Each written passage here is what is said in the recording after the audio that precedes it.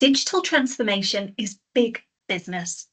We've been through a shift to remote and hybrid working, an explosion of Teams meetings and Slack channels, and now we've been thrown into the era of generative AI. On an organisational level, responding to these changing technologies and requirements isn't cheap or easy. Absorbing the inherent risk and cost involved in a large technology change project would be okay if we were guaranteed to succeed. Worryingly, however, it's not difficult to find stats in credible sources that say things like 70% of digital transformation projects don't achieve their goals, or we assessed the risk of failure in digital transformation to be 84%. But what can failure mean in this context? For starters, there's the return on investment you need to justify your technology spend. How difficult this is to achieve will depend on a number of factors, including the cost and complexity of the new technology you're implementing and its ongoing support model. There's also a significant human factor in play here. Even a change that users can't necessarily opt out of, like an operating system upgrade, can easily run up project and BAU costs due to poor user education, resulting in an increase in service desk tickets and a negative impact on existing tools and processes. We also need to consider the impact that the volume of change that we've absorbed over the last few years has on people and businesses.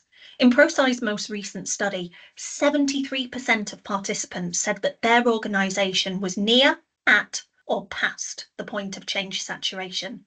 And the vast majority of these respondents only expected the situation to get worse over the next few years.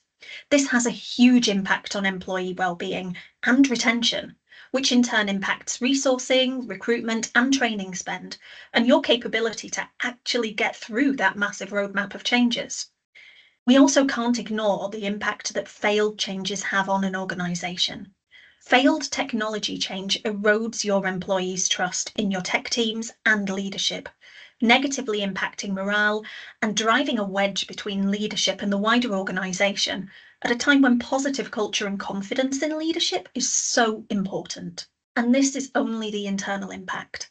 With all this going on behind the scenes, customer service and satisfaction will likely suffer too, bringing in a further threat to your bottom line. Without ACM, organisations face resistance to change, decreased productivity, and increased stress among employees. Projects may fail to meet their objectives, leading to wasted resources and missed opportunities. With all this at stake, it's no wonder digital transformation and technology change is sometimes viewed as a high risk and frankly quite scary thing to do. But change cannot be avoided, so we need to manage these risks, and we can do this through effective change management and adoption practices.